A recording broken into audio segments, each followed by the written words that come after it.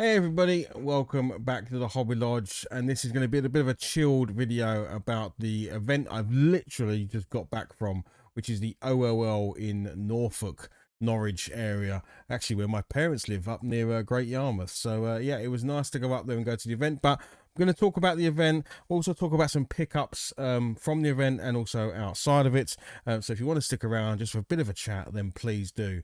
So yeah, I'll kick off. Yeah, like literally got back maybe an hour or so ago and thought I'd jump on and do a video straight away while it's all sort of fresh in my mind, and you know, you've got the opportunity to have a bit of a talk about it. So yeah, it's about a 2.5 hour drive from me. I live in the sort of London Kent border, so it's around the M25, up the A11, I think, and a few other bits and pieces.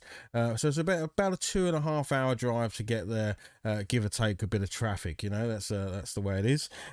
Lovely part of the world. If you've not been that way, then obviously you've got the Norfolk Broads, you've got things like Great Yarmouth, you know, nice seaside towns and all that sort of stuff. Lovely countryside up there. So if you ever go down that way, you know, definitely go and check it out. And if you can, you know, hire a boat and go out on the Norfolk Broads. That's a really cool thing to do. I'd love to do like a proper sort of canal boat holiday. Let me know if you've done that. Any recommendations? But yeah, the event itself, obviously it's a retro gaming event. They had all of the usual types of stuff there. So there was a stage with lots of shows going on. There was video games throughout the hall, and also some vendors as well. The building itself, I think, is a sort of aeroplane hangar, so it's quite large, and they had a lot of space. You know, they definitely had quite a bit going on in there, but it wasn't cramped at all. You know, people wise, it was probably one of the most spacious events I've gone to, from how the place was set out, the number of people in there, and just the room you had around you. So I thought that was really great. But it also made me think maybe could have got some more stuff in there, right? Could have got some more vendors in there or some more showcases in there, and other bits and pieces. But you know, lovely day, you know, great summer weather out there, even though it's only April. So they had a lovely outdoor food area where they had all sorts going on, and yeah, it was just really nicely done from that point of view. We sat outside and had burgers in the sun, and then was able to go back into the event and take part in all of the things that were going on. So yeah, saw some YouTubers while we were there. I'm really bad at going up and saying, "Hey, it's me.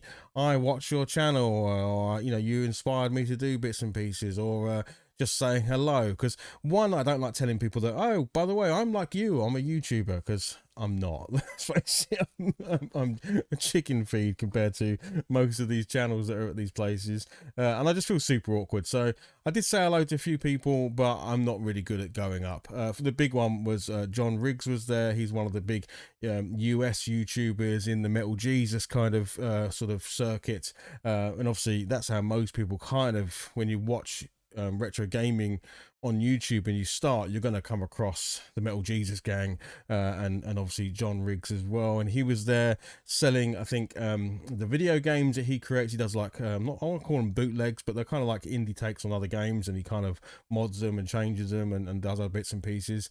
And he was on stage a lot, but I just saw him. I felt weird about going over and going, so very tall guy, by the way, like, I didn't realize sometimes you see YouTubers, and you have no idea how big some of these people are. And I'm, you know, I'm 6 foot, so John Riggs was like up here, so he's a tall dude. I must grow him big out in America. But who else was there? We had Gemma from Gebs24. Again, she's a lot shorter than I thought when I met her. But she was super nice. We had a little brief chat, but nothing heavy. Again, you feel super awkward in some of these conversations, and she probably felt super awkward as well, because I'm sure throughout the entire day, these people have people coming up to them and saying, "Hey, hi, yeah, I watch your stuff, and let's have a selfie," and blah blah blah. So I can imagine it's what they do, because ultimately it's all about building your brand, and it's all about giving back to the people that have come and supported you and your channel. And I would hopefully, well, if I ever get the chance, I'd love to do the same. But it was just super, super awkward. That's my hang up, I know. But it was lovely to chat with her. She's a super nice girl, and yeah, she was there with her partner, and they were doing not photos, they had like posters and other bits of merch you could buy from them, and they also did stuff on stage as well. You had James from It's Much More. James was a super nice guy, and this is the first time I got to meet him in person. He had a really cool setup. By the way, I hope I'm putting pictures up and video up if you're not seeing it. Actually, you will be seeing it. I don't know how much I took, I can't remember, but you're definitely going to see some stuff. He had a really nice kind of U-shaped area with desks, and he'd brought all of his own equipment for people to just play on. So there were original Xboxes set up, and Dreamcast. I think they were the two main systems that were set up, and they had been modded so that they had loads of games on them, and people could play whatever they liked. It was really funny because he was telling me he'd spent quite a bit of time setting up a LAN. For those who don't know, a LAN is a local area network, for people to play co-op on the Xboxes with Counter-Strike. But I think the art of LANs has been lost, sadly, because he said the moment people turned up, they disconnected from the host and just started playing single player versions of Counter-Strike. So it's a damn shame. We need to bring back the LAN. The LAN for me has got some fantastic memories of going around people's houses with my PC or my laptop and hooking up a network and playing some great online games, all huddled around in a very hot kitchen or something, or a living room, running all your equipment. So yeah, maybe we need to do a LAN special. We'll find a way to bring it back. But yeah, like, the guy is just so nice, such a nice guy, such an easy guy to talk to, James. And yeah, he does a lot for the community and just trying to, you know, get retro games out there into the hands of people so they can sit and play and enjoy it. So yeah, really nice to see his space set up, and he did a cracking job with it. So James, if you see this, it's lovely to meet you in person, and you do a cracking job, mate, and keep up the great work. Who else was there? Kim Justice was there. It's always nice to meet her. I met her back in Blackpool last year, again, very briefly. And again, I'm terrible at this. I know Kim's never going to see this video, but if you do, sorry, I'm a bit awkward. I can't help it. But one thing that I did discuss with her is coming on the Retro Gamer Quiz, because she will be a very, very tough person to go up against.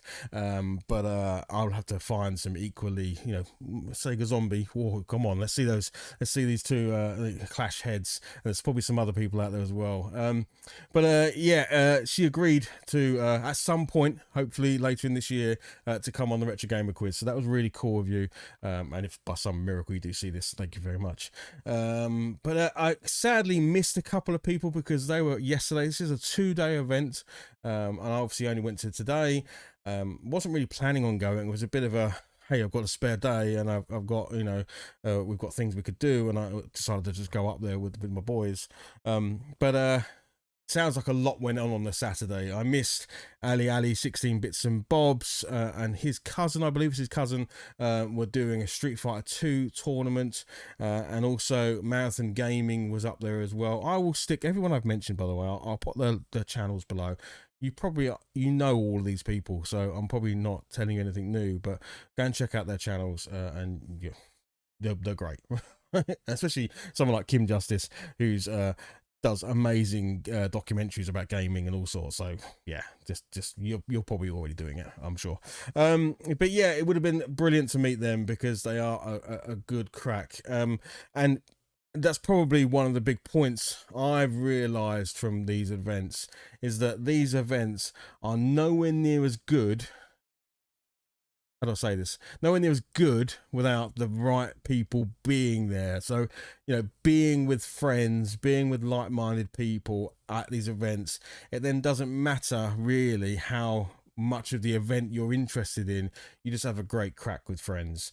I had that at Blackpool, and it didn't really matter. I mean, it was a fantastic event, but the fact that I was there bouncing off of mates and having conversations and, you know, playing games and just being stupid and silly for a time was fantastic.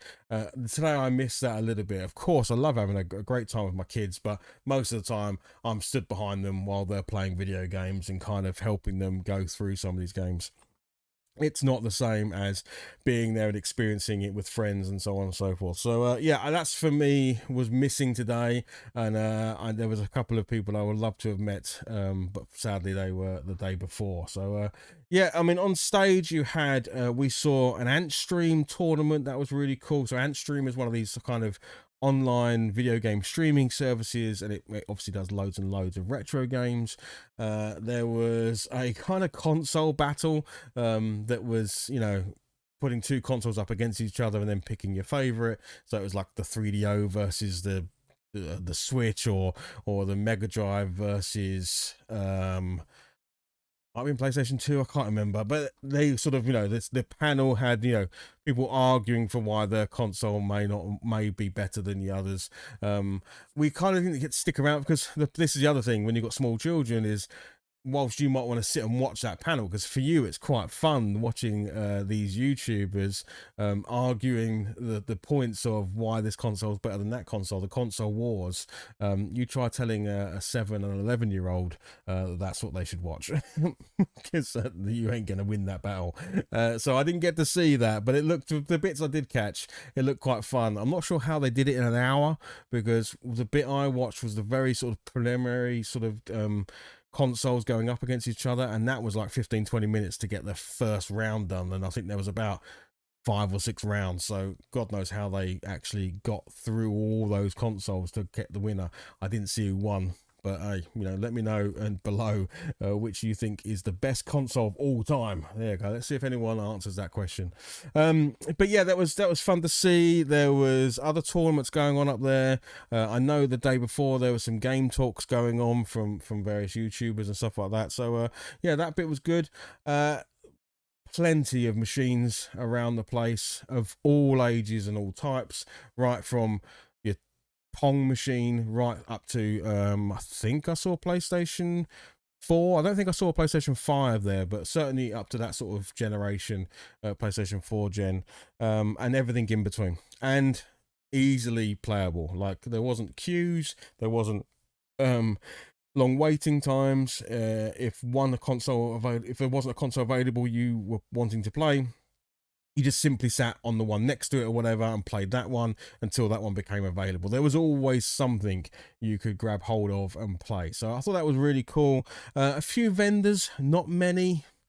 I do like a vendor. I do like to rummage through some stuff, especially because, a little bit of me was hoping that maybe someone was selling hit squads today, because I am so close to finishing, and I would just love to have seen it pop up at something like this, and probably a pipe dream. But yeah, the vendors that were there were small, and the selection was small as well. You know, there wasn't much to pick up at all, really. There was some interesting stuff I got to see, and the name of it has just dropped out of my head, but the modular monitor from the Kickstarter, that is essentially an LED screen that's been built on the back of a bunch of modules you can add in, so you can connect up a multiple of devices to it, and it's a really cool thing. I'm doing a terrible job of explaining it, so I'll stick a link below to it if you're interested in picking up a retro TV that's essentially a modern build, and just really cool. Go and just take a look at the Kickstarter, and don't do anything, but just look at the video and get an idea, so that I don't have to try and remember it off the top of my head. I'm trying to get hold of one, so yeah, it looks cool for me, and I got to see it in action, and it was even cooler when I saw it in action. So yeah. What else? So I'm saying a lot, which is probably grating at this point, but yeah, vendors there for video games as well, as in like indie games. The guys that are always at these things, I find, for the Dreamcast stuff, you know, the guys that do Intrepid, Izzy, and those other games in that Postal and a few others, they were there. The guys who do Tapeworm and Flea were there. And then just other stuff selling, like manga toys and the plushies, all of that usual stuff you see at gaming markets. But it wasn't big. It wasn't a huge part of it.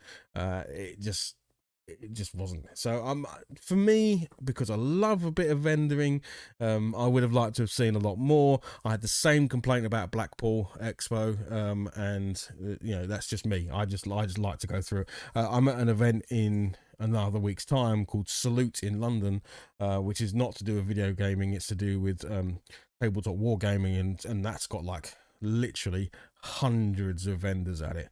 So when I do a video on that, you'll see there is a stark difference between some of these events. But this one was definitely focused on play games, sit there all day, jump on consoles, the weird and wonderful. You know, I got to hold and play with the Mega Jet. This is the Mega Drive console that was, I think, attached to the back of aeroplane seats, so that when you're flying you could take cartridges and plug it in and play. That was quite cool to see that. And a few other obscure machines that I'd never really seen before. And actually, given I'm wearing the Commodore 64 t-shirt, which I wore today, I haven't changed yet. You know, I told you I won't just come back. Lots of Commodore. There was a lot of Amiga, a lot of Commodore 64 there. There was a company that basically made new PCs in Commodore shells. So they had gotten some approval, because there are going to be Commodore badges on these, from Commodore, to create these cases essentially that you can then put new components in. So they had a Commodore 64 bread bin that was running the new Harry Potter game. You know, it had a GTX 1650 in it and an i5 processor. It might have even been an i9 processor in it. Like, really not super high, not like crazy high end, but high end enough for like 1080p gaming and stuff in modern day gaming, running inside a C64 bread bin, which was quite cool. I know it had like crazy colors, and you could get backlit keyboard and all that sort of nice stuff. So that was interesting. You know, personally not something I would do, but it was interesting. It was cool. There was an area that had a plethora of Amiga history, you know, from top to bottom. You know, the 500, the 1000, the 4000, the CD32, the Amiga 1200, just all laid out for people to play with, loads of different games, and it was just nice to see so much Amiga and Commodore out there. Yeah, what else could I say? Really, that is pretty much about it. It was really nice to meet people there. The show was pleasant. It was nice. It didn't feel cramped and hot and sweaty and smelly and all of those things that sometimes these are things can be. But could it have had more? Definitely it could have had more. You know, if someone like maybe, you know, James It's Much More wasn't there, that'd have been a big chunk of the hall missing, you know. So if they had a couple of cancellations, there would have been some problems. They weren't sort of, you know, wasn't an awful lot there. And people, I don't know what the Saturday was like, but it was, you know, the auditorium area of all the seating, that was never more than half full. So, you know, it would have maybe it was just people went on the Saturday and not so much on the Sunday. But anyway, let's jump into some pickups, right? Because you've now sat here for I don't know how long, maybe 15-20 minutes, and this was where I would be in pickups from elsewhere, because actually at the event I didn't pick anything up. So I have got some stuff to show you from other recent trips out, but from the event, like I said, it just, apart from, I got my son some Lego figures, you know, the minifigs, because he wants to get into stop frame animation. He's only 7, but he generally really likes doing it. So he bought some figures to do little movies with. Maybe I'll show one of those at some point. And I nearly bought some Muscle Men, because I have, above my head there on that shelf is a bunch of Muscle Men from obviously back in the day, and there was a guy who was selling them, but I figured I didn't need to get them, so I didn't. But no games. There was nothing there for me to buy.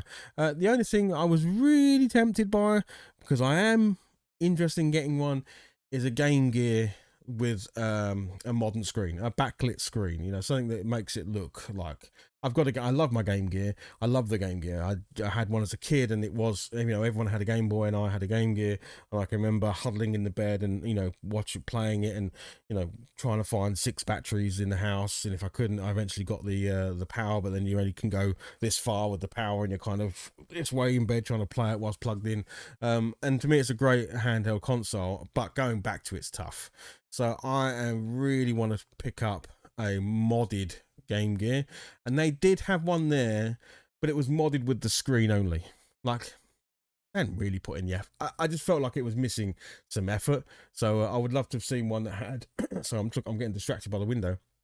I would love to have seen one that, and I've seen one actually. My friend Sega Zombie has like a really cool one that's been like out of shell changed, buttons changed. I think it's had the USB-C charger put in it. You know, it's on lithium batteries, not obviously pencil batteries, and it's had the full works done to it. It's really cool, and that's what the sort of one I want, not just a screen. It's also got like a really cool Sonic's shell on it, like it's the full work. So that's something I'm looking for, and this one was really nice. The screen was beautiful on it, but it was the standard black Game Gear, which I could be tempted by, because I do like the fact that it's all stock, but not at the price they were selling it. They were definitely up there a bit on what I think the price should be for something that's just had the screen done.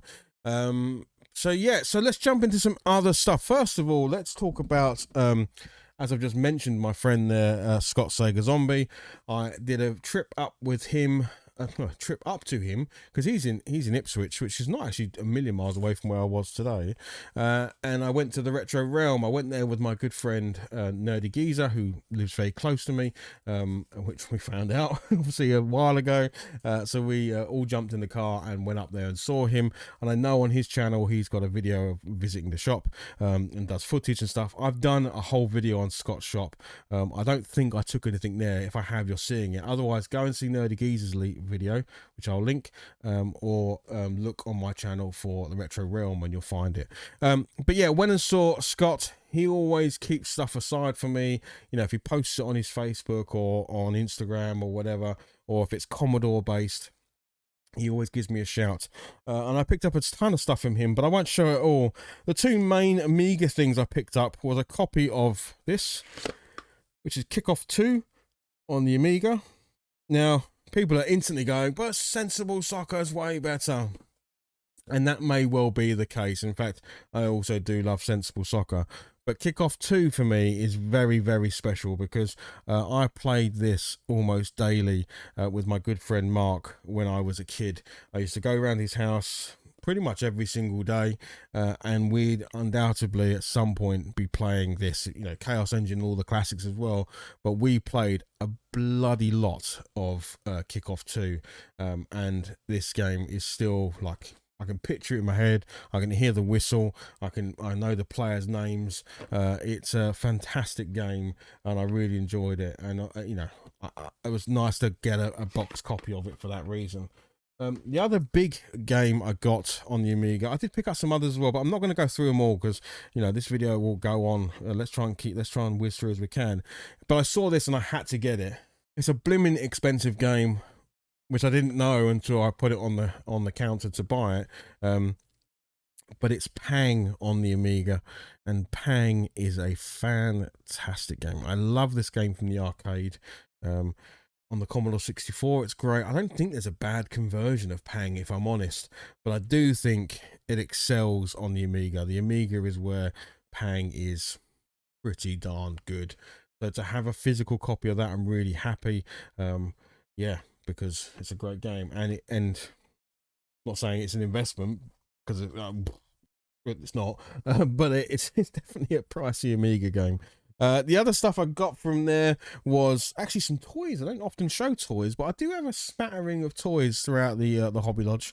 And one thing he did come across was a couple of these, and I asked him to put them aside for me immediately.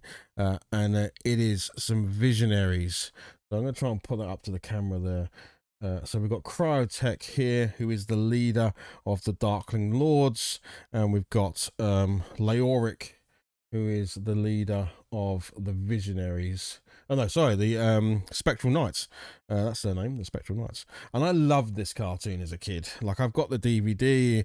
I did used to have the VHS, but unfortunately I don't anymore. And so when he showed me these, I was like, oh mate, put them aside. I've had to get some extra bits. So I had to get the staffs for him, because he had them without the staffs. But the reason why I really like them is because all of the holograms work, and this is becoming rarer with these things.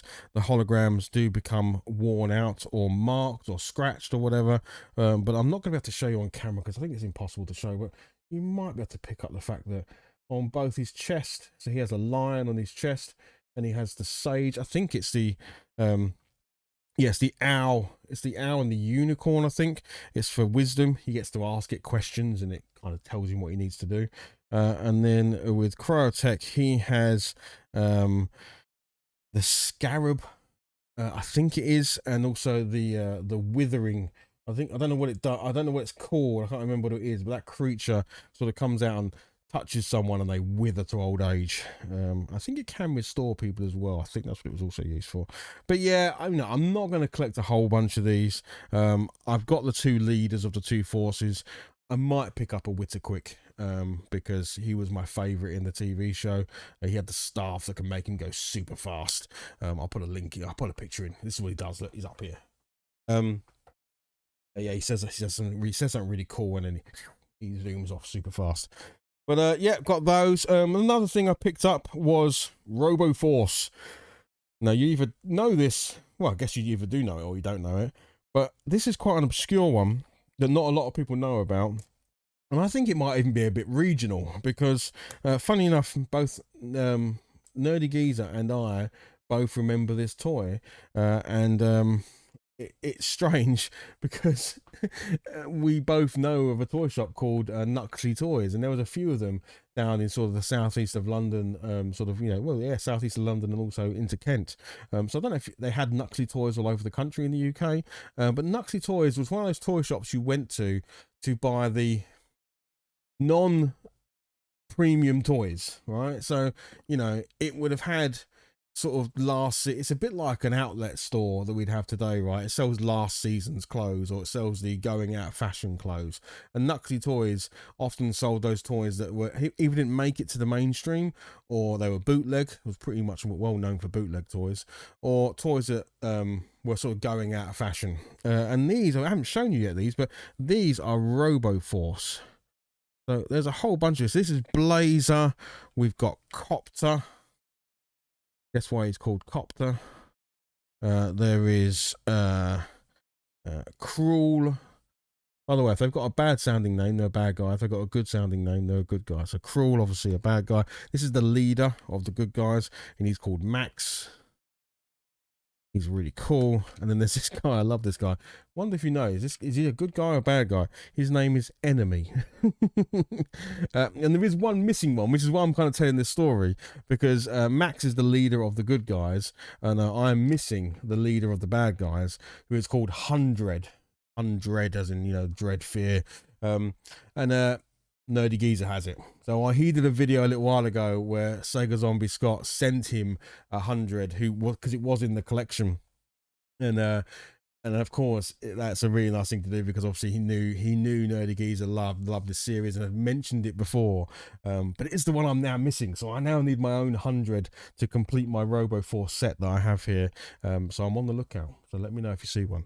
But yeah, that was some toys. Yeah, so some other little pickups.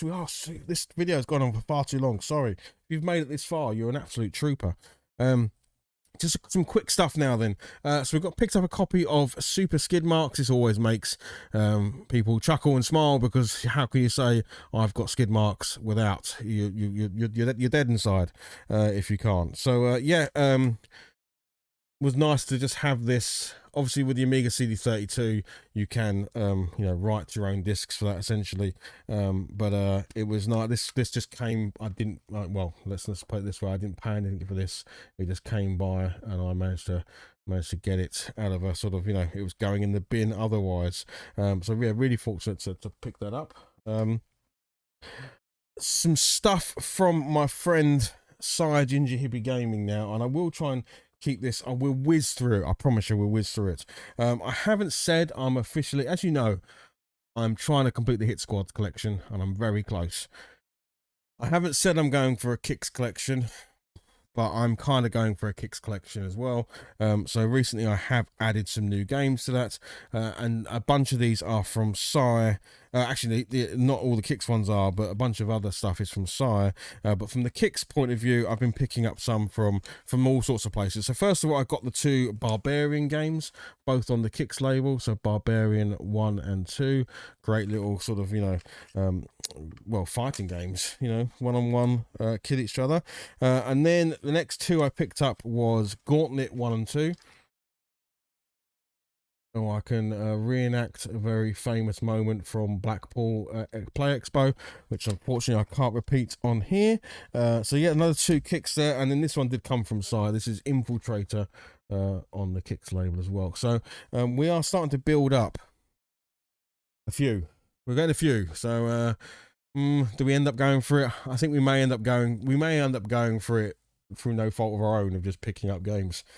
And then we'll whiz through this stuff really fast. This is going to be the quick fire round, because Sergeant GP Gaming has been all over social media and etc. with a haul of games that he's come into to help shift and sell, and we got to the point where I was just saying yes to anything with a Commodore logo on it, to the point where even for me I had to go, Si, I think we need to stop, because this is getting silly, because I realized this wasn't ending, this was continuing. There wasn't going to be a, oh, and by the way, that's all of it. So I have a huge haul of it here already, and I've got more coming, and there will probably be more, let's face it. So yeah, I'll quickly whiz through some of this. One of the coolest things is this one. Where is it? Mark, so this was this one here. So this is Blasteroids Commodore 64 cassette. But look, it's actually still sealed, and the seal is intact. So we have a sealed copy of Blasteroids on the Commodore 64, which, you know, I'm not a sealed collector in any way, shape or form, but it does feel a shame to break the seal on it, doesn't it? So I will just be keeping that as it is, with its seal. Oh, maybe. Oh, I think it might have a little crack in it, but I think we'll preserve it as much as we can. Yeah, that is a pretty cool thing to have. As you can see the plastic seal all the way around and stuff. So yeah, right, now let's do some proper quick fire round stuff. So we've got a copy of Rastan on the, these are all Commodore 64. Jailbreak from Konami, that's in a cool case I'd never really seen before. This game, Blade Runner. What an unassuming case for Blade Runner to be in. You think they could have done better with the case for that game. But I actually have played this now, and it's a fun little game. It could have done with some polish, but the music's fantastic in it. And I didn't know there was a Blade Runner game on the Commodore 64. Look, no screenshots, nothing to help you understand what this game is. But it is Blade Runner, and it actually plays all right. It's definitely worth checking out. Zaxxon. We're gonna have to go through this quick. Buck Rogers, Commodore 64. This is all Commodore 64. Stop saying Commodore 64. Bongo. Terrible light glare on everything. Frostbite.